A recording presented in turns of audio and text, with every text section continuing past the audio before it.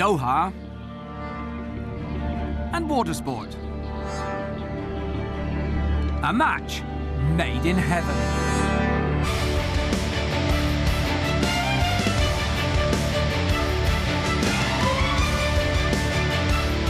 Welcome to a brand new series, Totally Aqua.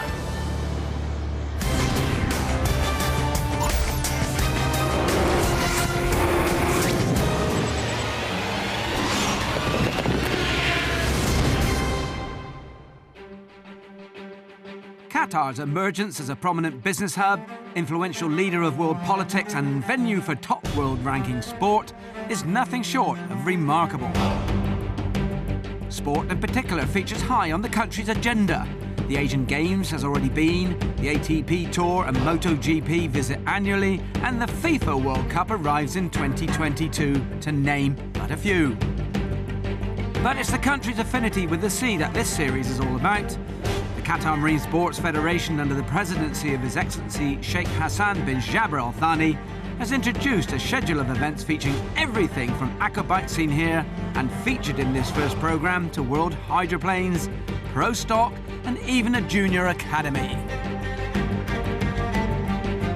An ambitious calendar of 10 events that spans a period between October and March, and one guaranteed to further enhance Doha's status as world capital of powerboating. Nothing half-hearted about anything this country does. The first round of the International Jet Ski Championship is one of 3. Although competitor numbers slightly low on this occasion due to a clash with the World Finals at Lake Havasu, California, entries will increase dramatically thereafter.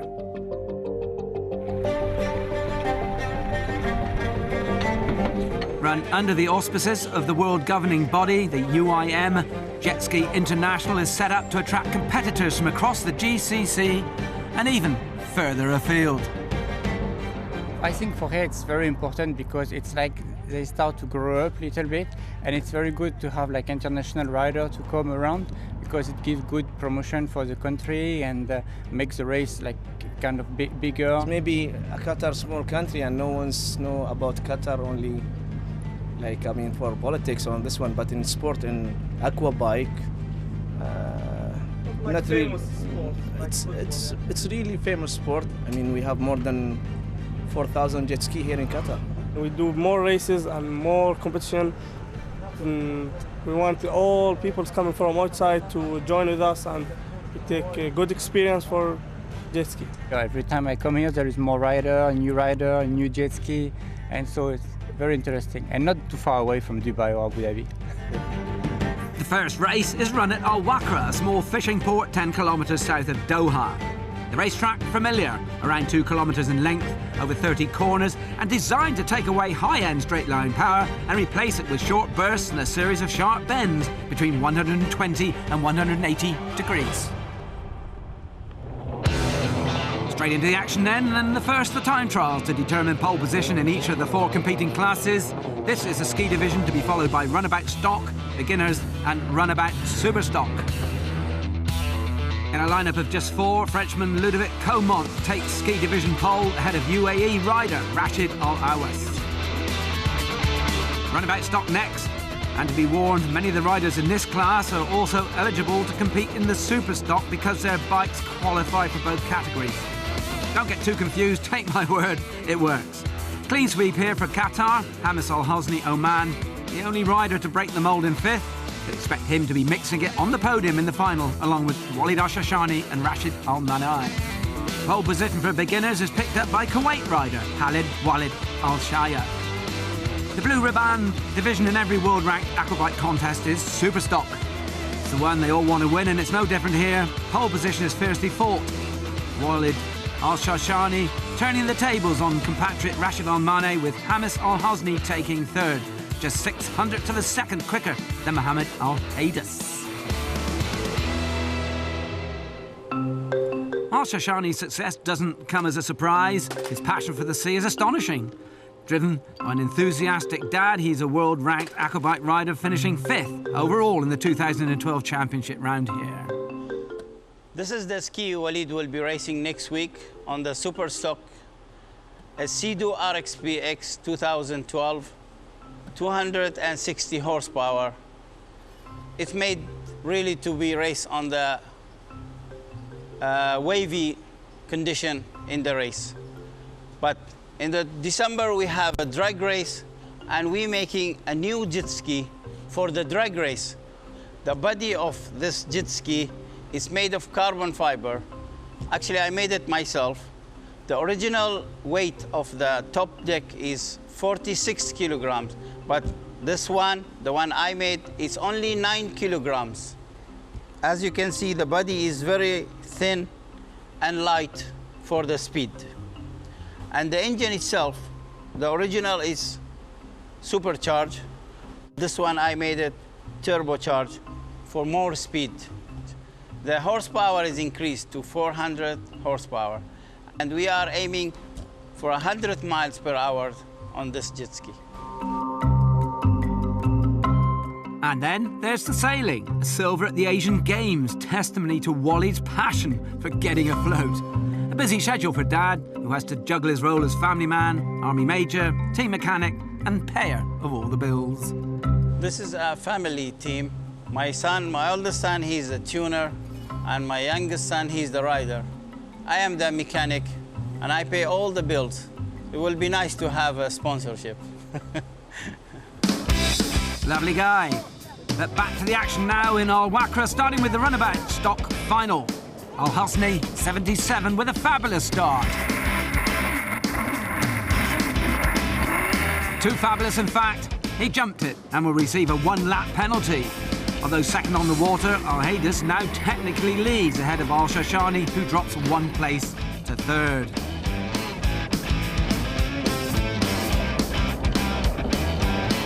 Tamer Ahmad Abu Faisal, 96, is fourth.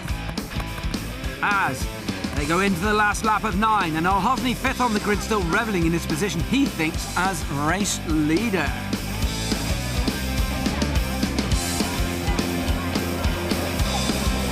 Behind him, in spite of all Sharshani's and Al-Manai's best efforts, Al-Hadis clings on to what is now his lead and 14,000 Qatar Rail prize money.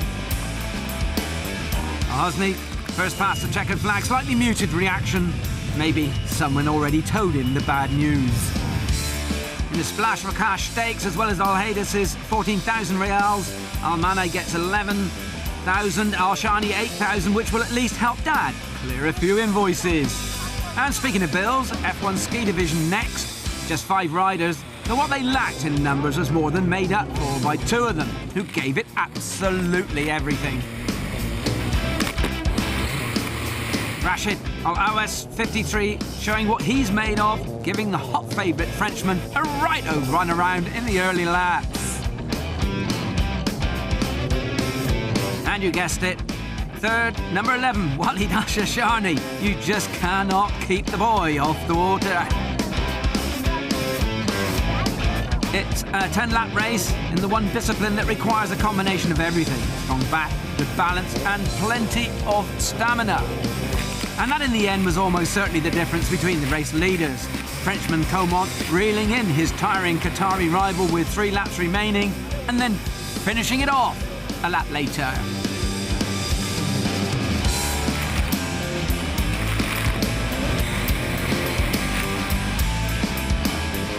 It was a great contest throughout the entire 14 minutes, and sea conditions, while not rough, certainly get more and more lively as the afternoon sea breeze kicks in. Both riders, good value for their prize money. 12,000 Qatari riyals for Comont, with otherwise picking up 9,000, and Al-Shashani another 6. Beginners up next, 7 riders from 4 countries, including Saudi Arabia, Kuwait and the UAE, as well as 2 local entries. As we'll discover with powerboating later in this series, the idea here is to offer potential competitors not only the chance to give it a go, but also learn racecraft and discipline that will help make them better and safer riders. Everyone's a winner. First over the line in the final, number 17, Abdulaziz Hamed Al-Qaryouti, just under 3 seconds ahead of Hamed Youssef Al-Jawi, UAE.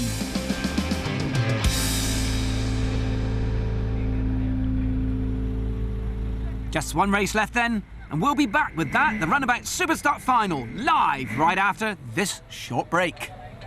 Don't go away.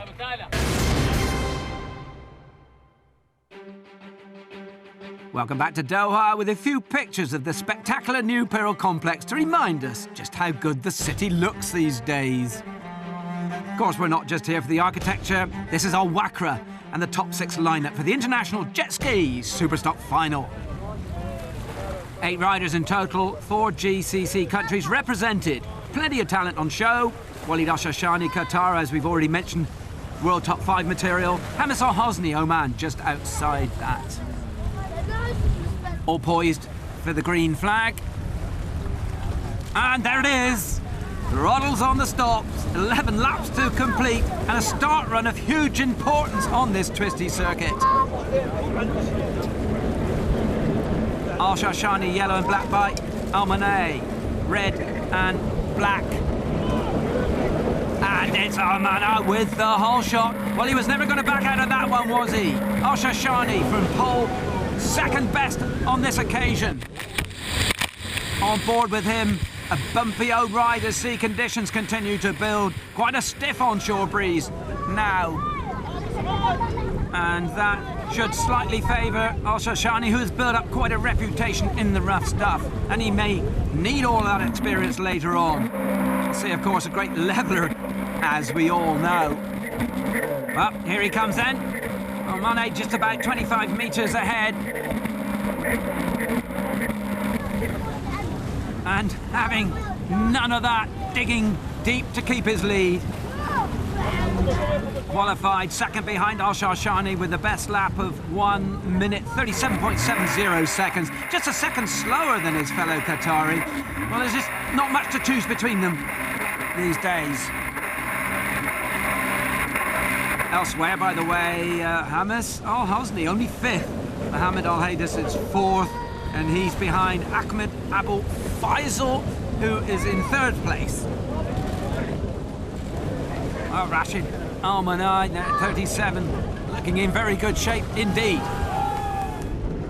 And it all started here, looking back at that start. Al-Shashani, always the favourite for the whole shot, and denied comprehensively when it mattered. Left, bobbing and weaving around in the dirty water, not yet able to work out a route through. Merit, of course, in those tactics as an attacker. The defender, Omanay, in this case, can never be quite sure on which side he might show up. As with any motorsport, you can't defend both sides at the same time. And a lap coming up. Race leader, a little look over his shoulder, and that's why he's missed the turn boy somewhere on that last lap. Has to make it up by taking a penalty loop at the end of it. Those are the rules, and that's the net result. The error has gifted Al-Shashani the lead. It'll be good to take another look at that maybe in a minute or so. Meanwhile, Mohammed Al-Haydis holds on to 3rd, hard going. Remember earlier we talked about 30 corners, short bursts, sharp bends, and up to 180 degrees. Good example here. The rider constantly having to work, sometimes even turning back on himself. Big element of physical fitness too. As with Supercross, aquabike riders have to use their body as leverage to get them around the corners. Just watch Al-Shashani slide into the bends, using his body to direct the bike. You're looking at 360 horsepower for these runabouts, and that's a heavy machine. Everything must be coordinated with precision to negotiate every bend cleanly. Oh, and right then, this is the chance now to look again at that game-changing penalty imposed on race leader Omanai. Watch out for the black turn boy, there it is.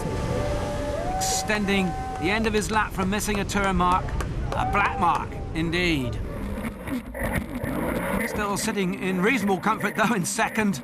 No doubt kicking himself. And the dangerous presence of Al-Hosni now lurking in his wash.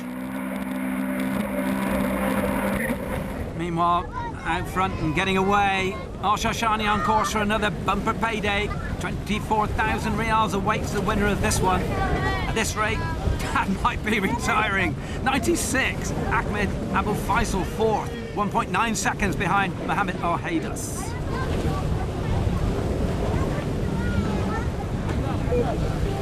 As the race wears on, the arms get tired, the back aches, and the concentration has to remain paramount. Approaching the halfway point in this final shootout then, Walid Al-Shashani in the driving seat. A cushion of 2 seconds over Al-Manai, who incidentally closed the gap by almost 0.5 of a second the last time around. And with a lap of 1 minute 59.73, the only rider to break the 2-minute barrier so far. It ain't over yet. Just getting now into the point of the race where the leading riders must engage survival mode. This isn't painless. And continuing the analogy with bike racing, where the track is reasonably predictable, here it changes every few metres. It is the sea, after all. You're continually fighting the elements as well as the competition surrounding you, and often at close quarters. Every lap is a little different. Impossible to get into a smooth race rhythm with all that changing around you constantly. Early race leader Rashad Al-Manai still chasing current race leader Walid Al-Shashani, and pulling back another 0.3 of the second here. The gap is closing. Just looking back for Rashid Al-Hosni. Ahmed Abu Faisal in fourth, still ahead of him. 7.43 seconds the gap at the last count. And difficult to see with the laps counting down how the Omani rider can claw that back. Woke up with such high hopes this morning, in danger now though of returning home without a great deal to show for his undoubted talent. And like Al-Shashani, slightly disappointing to his day as well, but he's turned it around in full swing now. Although constantly reminded Al-Manai still behind him, hasn't conceded defeat. Still plenty of racing left in him. For those of you, incidentally, slightly unfamiliar with the sport, and to many who still consider these bikes as dangerous playthings, let's explain. It has come a long way in the last few years or so. Much more organised, much more disciplined and selective, given that one of these machines now costs in excess of 20,000 US dollars. I suppose it has to be. Just looking at some of the technical spec too, the Rotax 4-stroke engine, supercharged with external intercooler, bore and stroke, 100 times 63.4 millimeters for those of you who know about those things. Displacement 1500 cc. Compression ratio 8.4 to 1. Speed, and that's the important bit, over 100 kilometers an hour. Our length, by the way, 3.5 meters, width 1.3 meters, height 1.1 meters. The weight of the hull itself, 44.3 kilograms, plus the engine. The propulsion is a jet pump, aluminium, axial flow, single stage. That's a large hub with a 10-vane stator. Drives the impeller, which is stainless steel, pushing out, as we've already said, over 350 horsepower. Definitely not for messing around on.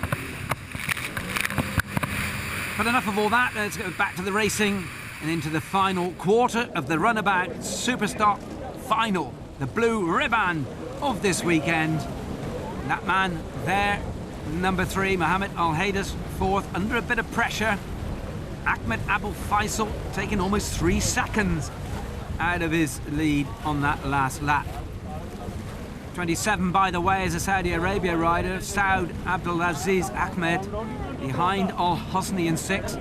Fastest lap, 1 minute 44.27 seconds, almost 5 seconds adrift of Al-Mani's fastest race lap, which still stands at 1 minute 59.73 seconds. Meanwhile, up front, Al-Shashani appears to have finally stemmed the flow of Al-Mani aggression. The gap between them was close on 2 seconds at one point, now beginning to open up again. 5.7 seconds at the end of the last lap, and now looking at it visually, substantially more than that now. Well, could be down to fitness, but more likely percentages. Al-Manai would be foolish indeed to risk losing places should he fall, with Al-Haydus and Abu Faisal so close behind. If he considers the task of catching Al-Shashani is too great at this stage of the race and in these sea conditions, then there is only one decision. Race order then, 2 laps remaining. First, Walid Al-Shashani, second, Rashid Al-Manai, third, Mohammed Al-Haydus, then it's Ahmed Abu Faisal, Hamis Al-Hosni, Saud Abdul Aziz Ahmed, Hamid Yassim Haider, and Ali Mohammed Al-Anshawi. And back to Abdul Aziz Ahmed, number 27. Never quite on the pace this weekend, lapped in fact by the top 5, but not disgraced. This is a top quality lineup, as we've already said. Quite interesting to see actually what happens in the next round when those riders away on World Championship duty return. There has been talk of up to 80 turning up, and what an experience that would be. Whatever, the event model has proven to work even with only 25 in attendance this weekend. It is a great start to our new series. It's been well organised, a wonderful atmosphere, and much to look forward to all round in the coming weeks. 96, Ahmed Abu Faisal, 4th place, and such is the quality of the top 3 on a day in danger of being lapped himself by the race leader. Al Faisal qualified within 5 seconds of Al-Shashani, but you wouldn't guess that now. Just one of a number of riders on the day who just haven't quite been able to live up to their race potential pace as the sea tops up. Even 2nd place, 37, Al-Manai, beginning to look a little track weary, dropping another 2 seconds on that lap. Not this man though, in his 3rd final of the afternoon, looking as fresh in the 3rd as he did in the 1st. Great testimony to a rigorous fitness regime and controlled diet, as well as an undying belief in winning. He says, if you don't believe you can win, then you most probably won't. How true that is. And well into his final lap now, fan club, as in all probability you've already picked up on full voice. The checkered flag awaits for number 11.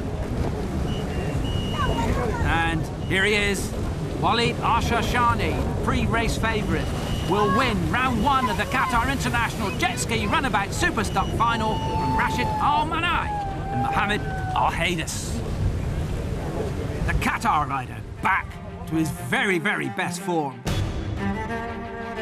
So this is how they cross the line. Qatar riders filling the top 4 places ahead of Oman, Saudi Arabia, Bahrain and the UAE. Here's the winner. Today is a good race. I like this because the wind and the waves, big waves, is good for me. I like it. Talk me through the race. How was it from the start? Oh, I'm excited, but I scared to just anybody pass me. Just one body pass me, and then I catch him, and I finish first. Now, you had a lucky break at the beginning because he was 2nd, weren't you, for 2 laps? What happened then? And then I think he missed the boy, and he could go to correct. I'm behind him, and I pass him, and then I fly. Everybody's happy. Everyone is happy, and good luck for who the win. 1st and 2nd, 3rd position was great race, but little bit was because of the weather has been changing, you know. Little bit why was high tide. You see that, so because so all the jet ski was same speed. None of the jet ski, even some of the ski a little bit have more power than us, but because of the wave, so all of us same. So who's the goal? I mean, the 1st and 2nd, they will be in same position. It's not easy to pass them, you know, but it was a great race. Indeed it was. And so to the winners, Ludovic Comont, winner of the ski division F1.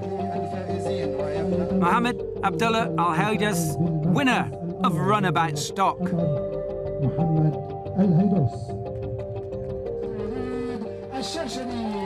And Walid Mahmoud Al-Shashani, winner of runabout superstock.